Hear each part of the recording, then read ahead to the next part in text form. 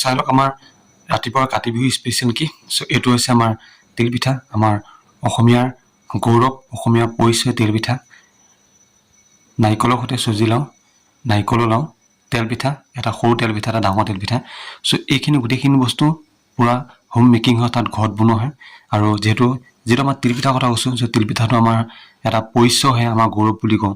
কাৰণ কিছুমান এনেকুৱা জেগা আছে যিবিলাক জেগাত তেওঁলোকৰ নিজৰ খাদ্য বস্তুটোৰ যোগেদি সেই জেগাখিনি পৰিচয় পায়। যেনে অলপ কেইদিনমান আজি বা এবছৰমান আগতে এটা পাইছিলোঁ যে বিহাৰৰ এডোখৰ জেগাত, তো যিডোখৰ জেগাত বিহাৰৰ যিটো খাজা, আমাৰ খাজাটোতো আমাৰ ইয়াতো পোৱা যায়, কিন্তু বিহাৰৰ খাজাটোক কি কৰিছে, গভমেণ্টৰ ফালৰ পৰা GI টেগ প্ৰদান কৰা হৈছে। অৰ্থাৎ গভমেণ্টৰ ফালৰ পৰা সেই খাদ্য বস্তুটোক এটা টেগ প্ৰদান কৰা হৈছে, আৰু সেই বস্তুটো দি পেলাই সেই জেগাখিনিৰ নামটো জনা যায়। ঠিক তেনেকে কলকাতাৰ ৰসগোল্লাটো তেনেকে GI টেগ পোৱা গৈছে।